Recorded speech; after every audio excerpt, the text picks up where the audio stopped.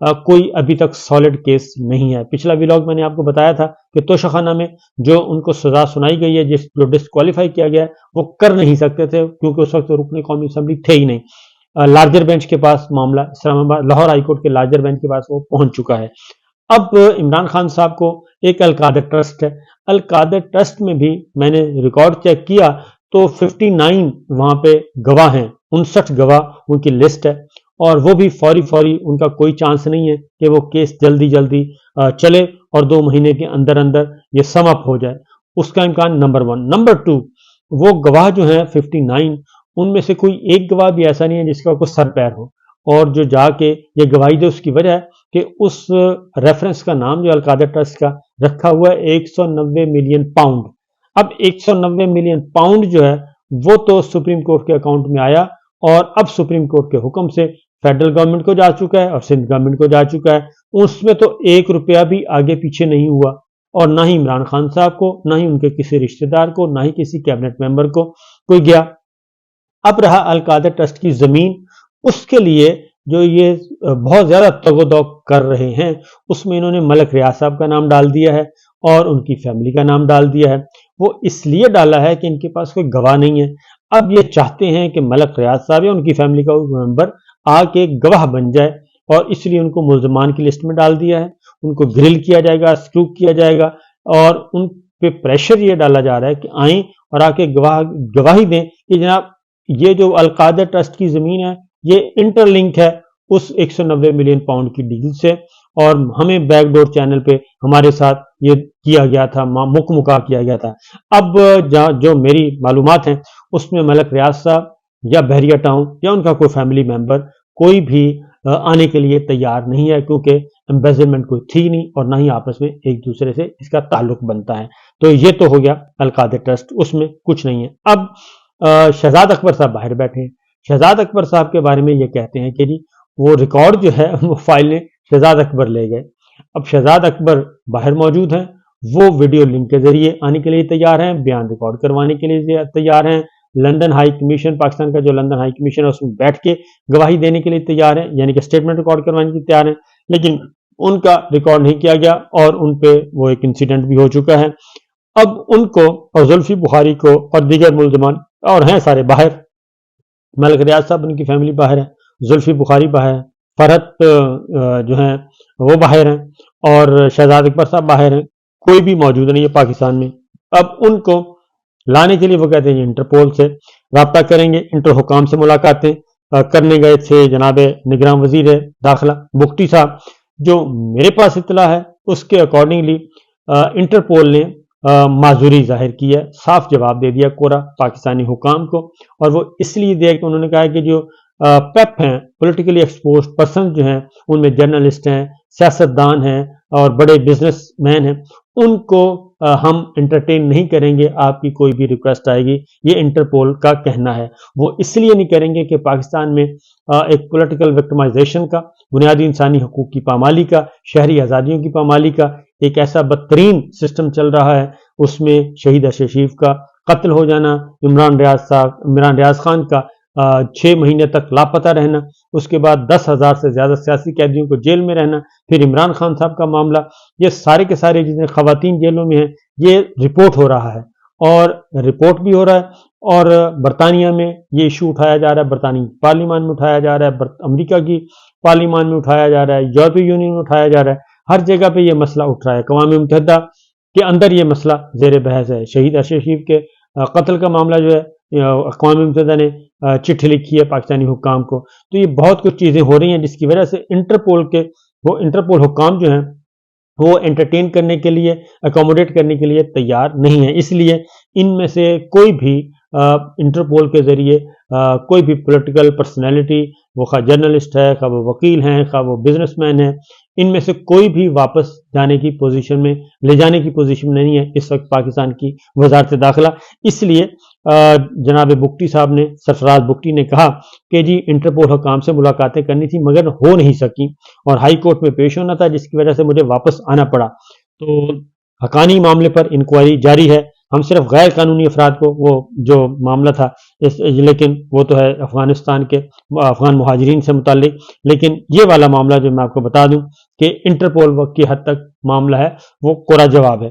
اب آتے ہیں، یہ تو ہو گئی سچویشن القادر ٹرسٹ کی، اور کوئی اور کیس ہے نہیں ہے۔ سائفر کے معاملے میں آپ کو بتا دوں کہ عمران خان صاحب پیچھے ہٹنے کے لیے تیار نہیں ہے۔ انہوں نے جنرل باجوہ کا کہا تھا کہ جنرل باجوہ کو ہم بلائیں گے ادھر گواہی کے لیے، اور ان سے پوچھیں گے کہ جناب آئیں بتائیں سازشیں کیا کی سازشیں کرتے رہے ہیں۔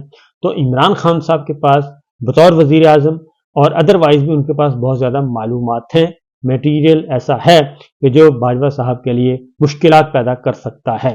تو اب اس کا جواب دیا انصار عباسی صاحب کے ذریعے باجوہ صاحب نے۔ انہوں نے کہا جی کہ باجوہ صاحب کہتے ہیں کہ میں آنے کے لیے تیار ہوں، تو پھر اس کے لیے پھر میں بہت ساری باتیں کروں گا۔ تو میں آپ کو یہ بتا دوں کہ عمران خان صاحب جو ہیں وہ اس سے پیچھے ہٹنے کے لیے تیار نہیں ہیں۔ وہ اگلی ہیئرنگ پہ بھی یہی بات کریں گے، اور نہ صرف کریں گے بلکہ وہ عدالت کو مجبور کریں گے ان کے وکلا کہ جنرل باجوہ کو بلایا جائے۔ اور اگر جنرل باجوہ باکس میں آ کے کھڑے ہو جاتے ہیں، اور وہاں پہ صرف یہ نہیں ہے، اس کے بعد تو پھر فیلڈ اوپن ہو جائے گا اور گراؤنڈ کھل جائے گا سب کے لیے، تو اس میں جنرل باجوہ صاحب سے بہت سارے سوالات پوچھے جائیں گے، اور وہ جو سوالات پوچھے جائیں گے ان کے جوابات جنرل باجوہ صاحب وہ دے نہیں سکتے غلط۔ اگر غلط جواب دینے کی کوشش کی گئی تھی تو کاؤنٹر اس کا آ جائے گا فوری طور پہ کہ جناب اصل بات یہ ہے۔ جب وہ اصل باتیں سامنے آئیں گی اور بات سے بات پھر نکلے گی، اور جو وکلا جرح کریں گے اور وکلا جب اگلوائیں گے باتیں، تو وہ بہت ساری باتیں ایسی ہیں جو کہ پھر بہت دور تلک جائیں گی، اور پھر ایک مقدمے سے دوسرا اور دوسرے سے تیسرا یہ شیطان کی آنت کی طرح پھیلتا جائے گا، اور اس میں باجوہ صاحب کے لیے بچ نکلنا بہت مشکل ہوگا، کیونکہ باجوہ صاحب نے پیرالل ایک اسٹیٹ کھولی ہوئی تھی، پیرالل ایک سسٹم بنایا ہوا تھا گورنمنٹ کا، اور گورنمنٹ کا بھی سیکورٹی کا بھی سارا کچھ، تو وہ ساری باتیں جب کھلیں گی تو پھر کھلتی ہی چلی جائیں گی، لہٰذا اس کا بھی اہتمام نہیں بلکہ اس کا بھی احتیاط کرنی چاہیے، اور کوشش کرنی چاہیے کہ چیزیں اس طرف نہ جائیں۔ اب آتے ہیں جی اگلی ایک اور کوشچن ہے، اور وہ ہے کہ الیکشن کا معاملہ جو ہے وہ بدستور وہیں کا وہیں ہے، اور سرفراز بگٹی صاحب نے ایک بات کی ہے، اور وہ یہ کی ہے کہ مولانا فضل الرحمان صاحب کو خطرہ ہے، اور مولانا فضل الرحمان صاحب کو خطرہ ہے، باقی سیاسی قیادت کو بھی وہ کہتے ہیں رہتے ہیں، لیکن مولانا فضل الرحمان صاحب کو حال ہی میں مزید خطرات لاحق ہیں ان کی سیکورٹی کے اعتبار سے۔ اب یہ جو چیز ہے، یہ جو انفارمیشن ہے، یہ معمولی نہیں ہے، یہ بڑی پرفیکٹ انفارمیشن ہے، اور نہ صرف پرفیکٹ ہے بلکہ اس کا تعلق کہیں نہ کہیں سے جڑے گا، اور دوسری جانب اس لیے اس کا تعلق پھر الیکشن سے بھی ہو سکتا ہے، کیونکہ مولانا فضل الرحمان صاحب نے پنجاب میں بھی، خیبر پختونخوا میں بھی، بلوچستان میں بھی انہوں نے کمپین چلانی ہے، تو ان کی سیکورٹی کا یہ مسئلہ اس وقت کیوں اٹھایا گیا؟ تو ہم تو خیر اللہ تعالیٰ سے دعا کرتے ہیں جی، اللہ تعالیٰ سب کو محفوظ رکھے، اور سب کو ہر طرح کے حادثے سے بچا کے رکھے، کیونکہ کوئی بھی حادثہ کسی کے ساتھ نہیں ہونا چاہیے، اور اللہ تعالیٰ سب کی حفاظت کرے۔ اب آتے ہیں ملکوں کی طرف ہی، یہ تو سچویشن زور آزمائی چل رہی ہے۔ سعودی عرب کے بارے میں اطلاع ہے کہ شاید ان کو کچھ ہمارے ٹروپس چاہیے، اور لیکن ٹروپس کے لیے اس کے لیے ضروری ہے کہ وہ کسی بھی منتخب حکومت کے ساتھ معاملات کریں۔ یہ اطلاع ہے، ابھی تک کنفرم نہیں ہے، لیکن اطلاع ہے کہ ٹروپس چاہیے بہرحال۔ لیکن اس کے ہٹ کے بھی سعودی عرب، یو اے ای، کویت، تینوں، اور ساتھ چائنا، یہ تمام کے تمام ملک، اور پھر اس کے بعد آ جاتا ہے امریکہ، برطانیہ، یہ سارے ملک ایک ہی بات کر رہے ہیں، یعنی کہ مختلف کیمپس کے ہیں لیکن ایک ہی بات کر رہے ہیں پاکستانی حکام سے، اور وہ یہ کر رہے ہیں کہ پاکستان میں صاف شفاف انتخابات ہونے چاہیے۔ سرمایہ کاری ہے یا کوئی ایگریمنٹ ہے، بزنس ایگریمنٹ ہے، بزنس ڈیل ہے، وہ ساری کی ساری تب ہوگی جب الیکشن ہو جائیں گے، اور الیکشن صاف شفاف ہوں گے تو تب بھی معاملات آگے بڑھیں گے۔ آئی ایم ایف اور ورلڈ بینک بھی یہی بات کر رہا ہے۔